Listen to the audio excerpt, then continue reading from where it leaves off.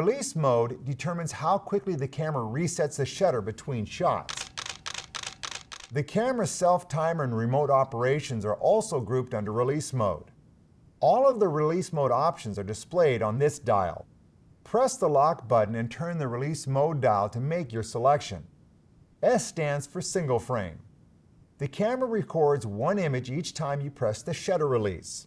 This mode is best suited for stationary shots, such as portraits, landscapes, and still lifes. Continuous release mode allows you to record shot after shot in a continuous burst. Choose continuous high speed for fast-moving subjects. The camera will fire the shutter up to 5 times per second. This improves your chances of recording an extraordinary image over a series of shots. When the release mode is set to continuous low speed, the camera will record between 1 and 5 frames per second. You may prefer the slower continuous speed for long bursts of shots. The buffer won't fill up and stop image recording, as can happen with continuous high speed. You will be able to shoot consistently for a longer period of time. The self-timer release mode can be used to take self-portraits or group photos. You will need to place the camera on a tripod or a stable surface. Set the release mode dial to self-timer. If you are going to be part of a group shot, focus the camera on someone who is already in the scene. For a solo portrait, focus on an object that is about the same distance from the camera as where you plan to stand. Move the focus mode switch on the lens to manual. Use this switch to close the viewfinder eyepiece shutter. This will prevent stray light from entering the viewfinder.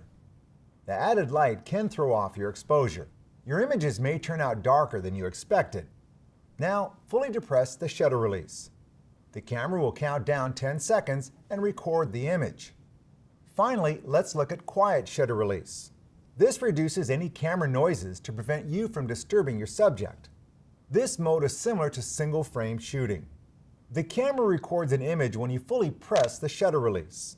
However, it does not reset the shutter mechanism until you remove your finger from the button. This gives you the opportunity to step away with your finger still on the shutter release. Once out of earshot, you can reset the shutter. Stop the presentation and take a moment to try out these release modes.